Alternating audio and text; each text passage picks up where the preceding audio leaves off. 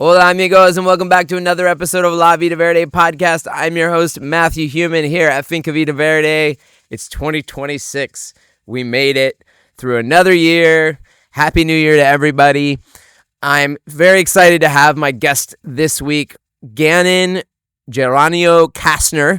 She is a regenerative farmer and rancher. She's an entrepreneur and co-founder of Carne Roja, currently raising her animals on an 84-hectare farm in Zapotal, which is in the mountains outside San Ramon. I've been trying to get her on for a long time. It's going to be a great conversation. We hope you enjoy.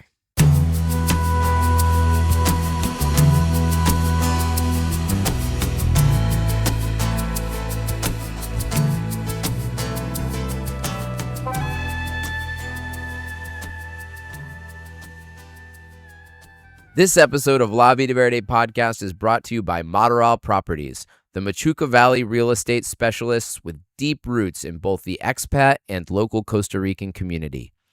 On maderal-properties.com, you'll find a curated selection of hand-picked properties, from family lots to stunning ocean view villas and even entire farms. With Maderal Properties' deep connections and local network, they can also go out and scout the perfect property tailored to your specific wishes. Maderal Properties, more than real estate. Let's find your home. Gannon Geranio Castner, welcome to the La Vida Verde podcast. Thank you. It's a pleasure to be here. Okay, Gannon, I've been trying to get you on this podcast for how long now? Like a lot of months. Yes, and you are just a busy lady. It's true. What do you spend your time doing? So I'm a regenerative farmer and rancher in the cloud forest of Costa Rica. So we're in a climate very similar to Monteverde. I kind of joke with people and say we're just a few mountains inwards of Monteverde. 2 days access by road. So we're in a really small... 2 days access by road. Just 2 days walking. That's what they say. From Monteverde. From Monteverde. Okay. So maybe we should do it. I really want to. Yeah. Why with not? a machete. Con cuchillo. Con cuchillo. Okay. So you spend the majority of the time up there. Low access and a lot of animals and a lot of baby plants to take care of. And for those people who don't know what regenerative farming is, it's kind of a buzz thing right now. So this is good because it's a good thing, but why don't you share just a quick little, what is regenerative farming? What makes it different from, say, permaculture? Totally. Well, permaculture is a design process. So we do incorporate some permaculture design elements into how we manage the farm. But one of the things that I learned in my PDC course with Sarah Wu. You took your PDC with Sarah Wu? I did in California a long time ago. Sarah Wu. And Ryan, too. Ryan Rising, both of them, wonderful. Yeah, of course. Of course. So one of the things with the first day, we talked about what is sustainability versus regeneration. Sustainability, we'd be continuing on at the level at which we are. So if we focus a lot on sustainability, that's been a popular buzzword. Right. But the problem is, if we continue sustainably, we'd be continuing with all of the giant problems, lack of resources, water, proper air quality, that we already have. So regeneration is sort of the answer to sustainability's problems, is how I view it. Mm-hmm. So with sustainability, we're just continuing at the same spate. With regeneration, we're focusing on leaving things better than how we found them. Right. So everything that we do on the farm is with this principle in mind of how can we build better soil? How can we improve the diversity of the forests? How can we improve the water quality? How can we improve all of the resources that are on that land so that every year, slow process, every year it's better than how we found it. Mm-hmm. And it's it's kind of, the way I kind of thought about it is it's kind of like setting it up so that it continually builds on itself. Totally. Rather than use, deplete, refill, use, deplete, refill. It's kind of this cycle that kind of keeps regenerating itself. Yeah. Is that accurate? Totally. That's the idea. It's you'll see a lot of people talk about closed loop. So the idea is, how can you use things from the land for the land? So instead of going out and buying a ton of organic fertilizers, which, as we know, aren't really, what is organic, really? It can be still chemical laden. It can have an adverse effect on the land or the people that are using it. So instead of going out and buying a bunch of things, how can we, for example, make all of our bio inputs, our bioinsumos, and utilize microorganisms that we're collecting from the forest, using that to create more, and then use that to fertilize the huerta and the pastures to stimulate more of the health from the land for the land. Yeah, and actually to their credit, a lot of the organic farmers I know in Costa Rica, they do that because they have to. Yeah. Because there's not a lot of organic products that are, or that are functional, really. Yeah, that too. These kind of ancient microorganism products seem to work the best, actually. Have you They found do. that to be true? Yeah. Okay. We're still new. So we bought the land about 3 years ago, Okay. more or less. And my neighbors sort of laugh with me because they're like, how many years are you going to be saying that you're just starting out in this project? I'm like, I don't know. It feels that way. But we've definitely seen a lot of like a boost of fertility since we started implementing our own bio inputs. For example, about 1.5 years, 2 years ago, we officially started. And how much of the land is actually in like vegetable cultivation and how much of it is ranching? Because part of the regenerative thing is using animals and their poop and all the things that they do, black gold for, as an input. So you do ranching and farming, right? We do. So we have 84 hectares in total, which is about 204 acres. A lot larger than we thought we were going to be able to find. It's like such a blessing. And maybe I can talk about the little story of how we found it too. Yes. Okay. So really quickly, one of the things I love is that we were talking about my grandparents at the beginning of this. My grandfather worked as an economist in Latin America, really focusing on how to land reform. So how to take land from private owners that weren't doing very much with it and giving it back to the campesino or the people from the land. He never got to see what we're doing now, but I do feel him with us often. I think he'd be really stoked because in the 70s, Costa Rica had a socialist government. They basically bought a bunch of private land, did exactly what my grandfather always wanted in Latin America, portioned it out, and gave about 84 parcels, so 204-acre parcels, to different people from that area. Wait, say that again. How many parcels?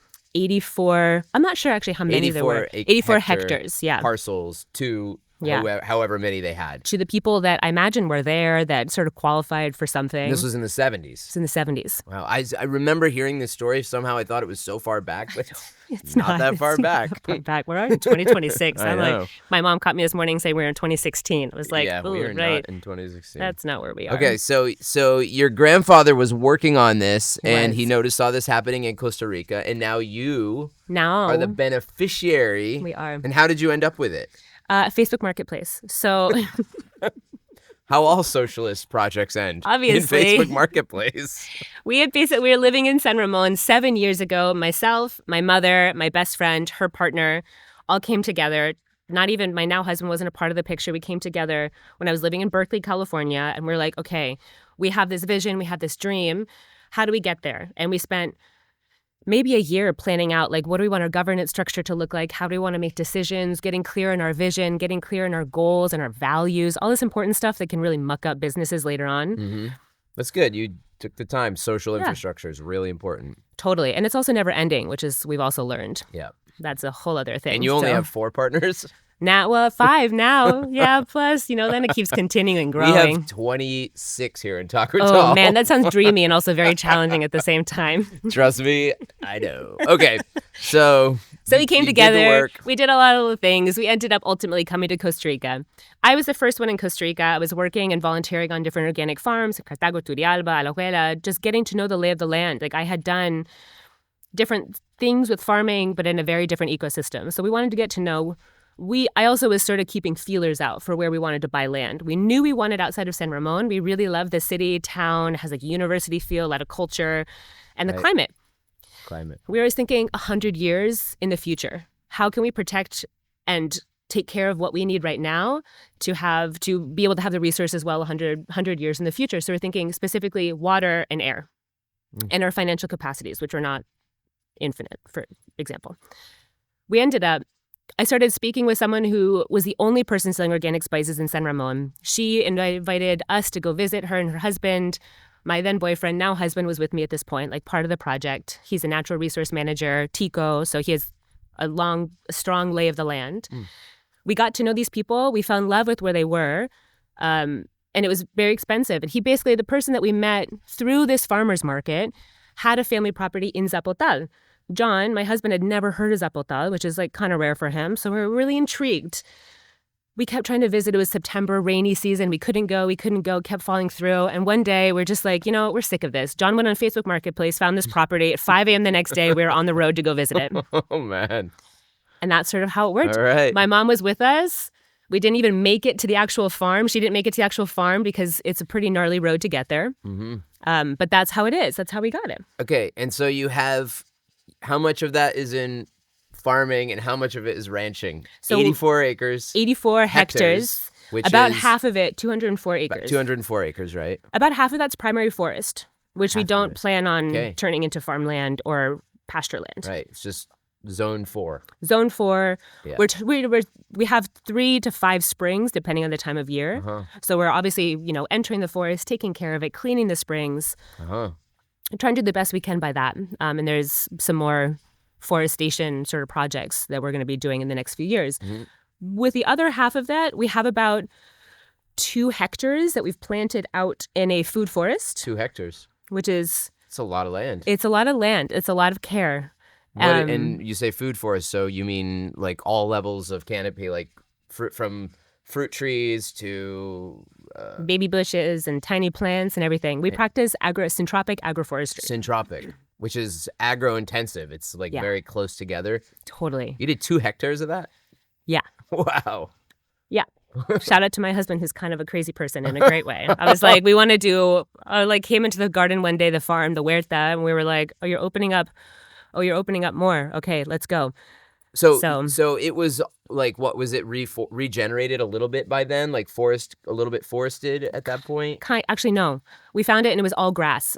Oh. All grass. So what we did was we started opening up the land. We have 3 different parcels of those 2 hectares. Excuse me. So we have 3 different sections. We started with 1 and then the second and the third and then built out in the first one. What we do is we have systems. Every 9 meters, we're planting a line of fruit trees. So it's fairly dense in 2 different ways. One is the space between the line of trees is quite small. Why? Because they're going to be fruit trees, predominantly Hass avocados. We're in a really nice climate for them. You can grow Hass up there. It's cold. You got to come visit. Them here. Yeah, I want to go visit. It's really nice. You said you woke up in the clouds today? Like literally inside of a cloud. Yeah. You always wonder when you're in a plane what it looks like. Let me tell you, it's cold and windy. Okay. So we have the density between the lines of trees. And then within that same line of trees, we have a density of plants, meaning we have bananas that are helping provide some shade, some structure, some biomass. And we have a lot of boton de oro or Mexican sunflower, which you'll find all over. Phosphorus fixer. Yeah. Yeah. And is amazing for all sorts of things. We use it for biomass. We use it for stability, anti-erosion control. We use it for animal fodder. It's 19% crude protein. It's amazing. Did not know that. It's really bitter, so it's also a gentle dewormer consistently. So you chop it and feed it to your animals? Yes. Or you just let them in there? Because if you let them in there, they're going to eat all the trees. My 2026 resolution is that the animals don't enter the huerta, which has historically been a problem. Yeah, right behind us, this has been cattle pasture for a long time. It's starting to regenerate since they've taken the cows out. But, we've had cows getting in here eating my trees, and it is my nightmare. Actually, it is. I had literally had nightmares about this. I believe you. I know. I'm living those nightmares. Okay, so 2 hectares of it is like thickly planted syntropic food forest. Yeah. And so how much of it is for living and how much of it is ranching? Right now we have 1 home and we have a worker's home on the land, not occupying a ton of space, to be honest. And then the rest of it, we have about 18 hectares of pasture. Okay. 20, depending on the time of year. 18 hectares. How we're able to work how many are you doing? Mostly cows? We have cattle. We played a little bit with goats. I would love to get sheep in the future, but it does require different grass care and different fencing more than anything. So that's sort of like we'll get there, but little bit by little. But right now we have cattle. We have 2 different herds, 3 different herds, depending. We have mamas roaming with a bull that's taking care of them. 8 of them are pregnant right now, which is very exciting. Wow. And then we also have our para engordar, so the little baby bulls that are going to be eventually used for the meat brand. Okay. And so, yes, you have a meat brand called Carne la Roja. We do. Which is at all the ferias. That's how I think I met you here in Taco or somewhere else. We have lots of mutual connections. I know, we've been there, spaces. here and there. But Carne la Roja is primarily how I know you guys have sold. You've done your booth here when we've done events. I remember we did Cyril's event last year. I believe you were here. And so you guys sell the meat that you yourselves raise the animals, process the animals, and sell it and commercially. share the nutritive beneficiaries with everybody else. Yeah. See, I that's know. great. Yes. So what and so do you contract that out, or do you guys do it all in house, like the harvesting of the animals? Well, fortunately or unfortunately, we follow everything legally, obviously. So we have to take them to a matadero, or a Killer. abastier, killer. I'm like, That's like a what's a killer. nicer way to say that? Where they do the actual processing of the animal. That's the part that breaks my heart the most, because we spend so much time and love and care on these animals, and then to have to sort of outsource, their worst a day to somebody else feels not great, but it's very challenging anywhere in the world, right? It's very challenging to get the legal requirements done and paid for to be able to do that on site, especially because we're so remote. So they have slaughterhouses basically that are like all the farmers bring their, or the ranchers will bring their animals to it. Yeah, absolutely. They're sort of all over Costa Rica, honestly, but we do have to do that. And this is a good point to maybe bring up the fact that you were vegan I was. for a portion of your life. I was. How long of your life were you vegan, and how did that transition go? I still am mostly. I eat fish. I'm a pesca. I ovo pesco, whatever. But so I actually don't eat your meat because I know He still loves us. I still love you. But I have my own reasons, and Totally. we all do. So for you, I'm curious what that process was like. Did it transition slowly, or you're one day you're like, you know what, everything just shifted? It was a little bit of both, honestly. Well, first I'll start off by saying I really firmly believe that everyone is bio-unique, bio-único. So what works for you might not work for me, and vice versa. So I want to be very clear that I'm in no way saying everybody needs to eat meat or what have you. It works best for me, and that's what I found. Okay. Because I know there are people that can get upset about that for good reason. Oh yeah, of course. Bring it all. Yeah. So I was vegetarian for 13 years, Mhm. and in the middle of that I was vegan for 4. Mhm. And for many different reasons. When I was younger, I've always loved farms, funnily enough. I always wanted to grow up on a farm, and I was I grew up in Washington, D.C., not farm area. Right. But I was always kind of salty that we didn't grow up on a farm. I started volunteering in high school at a rescue farm, and it just became harder and harder for me to eat meat, seeing and taking care of the animals, and then all of that. I think a lot of people have a similar story around that. So I stopped eating meat, and I was kind of okay. But at the end of those 13 years of being vegan, vegetarian, and I'll say I was sprouting my own lentils. I was tracking all of my little macros, all the amino acid profiles to make sure that I was doing it well. I've always been pretty health conscious in that way. But I found that my energy levels were going down, my hair was falling out, and I was having some depressive episodes. But really it was the hair falling out. We're all kind of vain sometimes, right? So when that started happening, I was it's concerning. concerned. I was there's something really going on right now. So with that, I started doing a lot of research and realizing maybe for my physical needs, I wasn't eating enough protein. And through doing more research about female hormonal systems, which they don't teach that in school, women especially, no one. So learning more about the needs of my particular hormonal system, my particular body, started thinking gosh, maybe I need to start eating meat again. So I started with some pasture-raised chicken. At that point, I already knew enough about the health benefits of pasture-raised meats versus concentrate-fed meats. And I knew that I really wanted to focus on sourcing my food properly. I was already buying produce at a farmer's market. I was already getting to know my farmers. You were living in Berkeley? You were living in Berkeley, San Francisco Northern area. California. Yeah, okay. Which is, Mecca of access there's a to lot so of much that, there. actually. Totally. Yeah. So I was really lucky to find good quality meats, and I was doing that, and I felt stronger, and it was, really jarring. At first, it was just chicken and fish. That was what I was doing, and it felt safe. And then I had a big move, and I was leaving a relationship. There were a lot of things that were happening, and I was craving a hamburger. And I was like, who am I? What is this? And so I went out, I Googled how to make a hamburger. I didn't even know. Went out, bought this pasture-raised meat, and I made this burger, and I did this whole thing, and I'm holding it to my face, and I remember being do I, don't I? It was my body was so confused. Right. And then I did. And let me tell you, I had the best sleep that night. My body was yes, thank you. And that's really what started spiraling everything more and more deeper into that. And at that point, this vision that we're now doing has been in process for 15 years. I've always dreamt of this with my closest friend, Krisha. How can we grow more of our own food? How can we touch more of the own resources that we're using? How can we share more resources? How can we have abundance and share that within our own community and other communities to be able to have I think a lot of us are drawn to that, right? Not really get totally out of the system or get totally off grid. Those are elements that are helpful, but how can we how can we fit more strongly together and be stronger as this community? Yeah, I mean, I think it's worth saying, like, I'm always in awe when you tell me how far away you live, that you guys show up to, like, every event. Like, we're what? That's a good hour and a half, Oh, it's 2 hours at 2 least. hours? Yeah.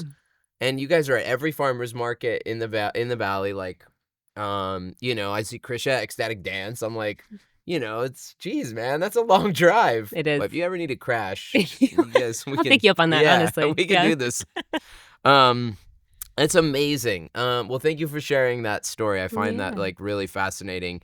And yeah, I mean, like you said, everyone's got their own thing, and obviously there is no right or wrong. We're just, No. it's make your choice, and you know, don't judge others for it. you Yeah, know? which is That's- why it's helpful to share stories and hear from other people too. You never know what can spark inspiration Exactly. or also reaffirm our own path. Like, yeah, no, not for me. Yeah, and also I will say, like, your salads are the best. I love your salads. really good. Yeah, True. like, it's, The Huerta is doing. I just get it without the steak. Like, that's it. I just, like, okay, I'll have the salad, just take the steak off. But you It's guys also do, perfect. like, the little pickled, like, onions Yeah. and your own pickles and the mustards and the ketchup. Like, eh. I love it. It's really fun to, like, Yeah. once you start, exactly. Once you start reading all the ingredient labels, you're like, well, I could make that myself. There you go, abundance.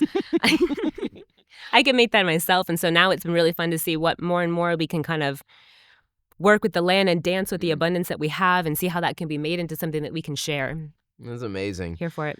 And what is I mean, I have so many more questions, but I don't want to. We're a little bit short on time, so I want to just kind of get to, you know, where people can, like, you're doing tours now. You're starting tours. Tell us about tours. Monte con Color. So the farm's name is Monte con Color. We are technically part of a region called Montes de Oro, where there's actually a good amount of gold Mountains mines. of gold. Mountains of gold, where they've been historically pulling a lot of gold out, and they're still sort of actively doing that, which is sad. It's really harsh on the environment and the people doing it too. Is it, like, legally or? Legally, I think so. Oh. Like legal mines out there. Oh. So we're part of that area. We wanted to honor the land upon which we are.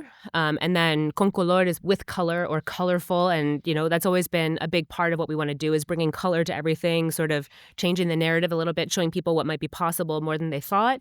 And the first time we visited the farm, I mean, we saw colors everywhere, not only the big, beautiful blue morpha butterflies, but also colors of the clay of the entire rainbow, like blue, purple clay, really incredible. So we wanted to honor that.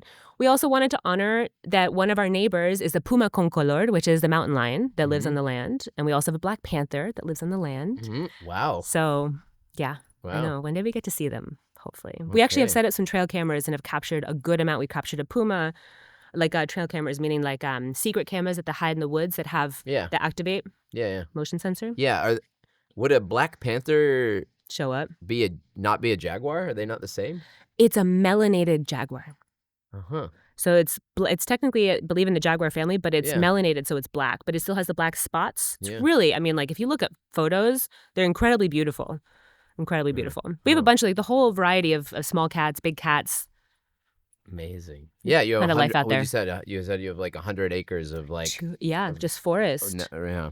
So you're doing tours? We're going to be starting tours this year. We're very excited. We've had so many people with interest to kind of see the farm.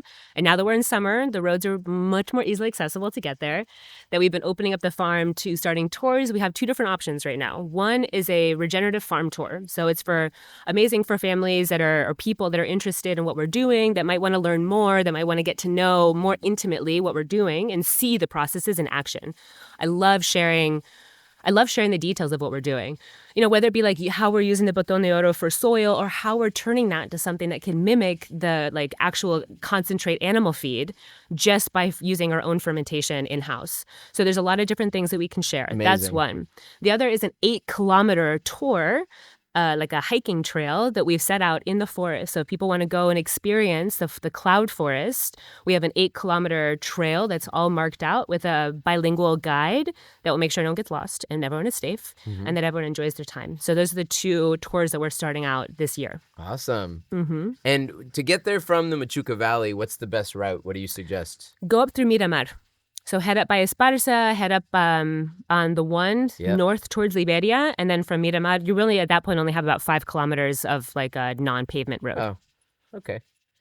If you live in Tacotal, it's like nothing. Nothing.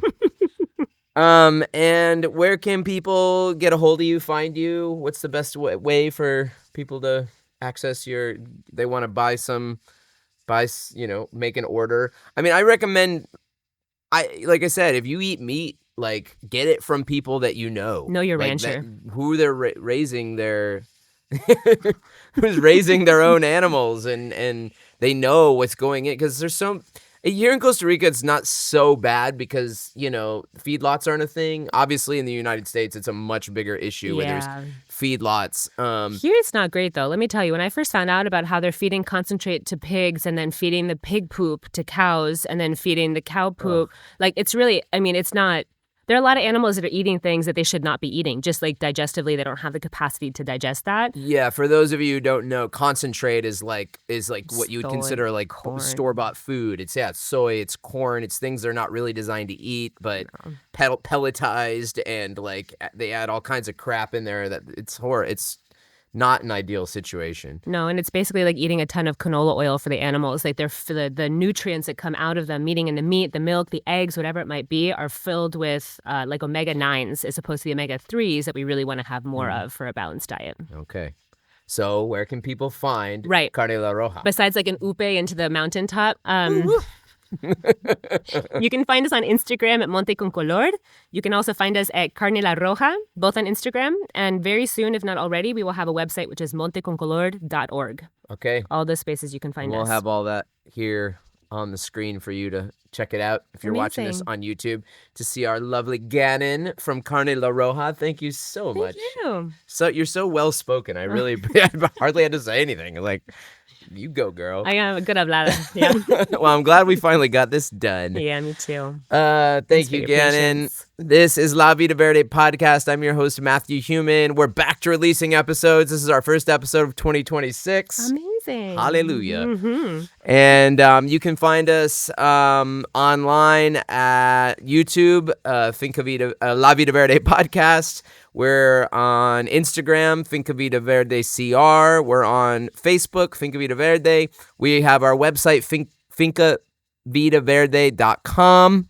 And also, please, if you like these episodes, support our sponsors, and also go check out our Patreon, patreon.com/La Vida Verde podcast. Helps support these great episodes, get us new speakers. I want to say a big thank you to our sponsors, Maderal Properties. If you're looking for land around this area, Florian has the inside scoop. Go check it out. Maderal Properties, I believe.com. We'll have it on the screen here. Thank you to Eco Teas, Yerba Mate for keeping me charged. Nice. Gotta give it a shout, man. And yeah, once more, thanks, Gannon. Thank you. We'll see you next time. Pura vida.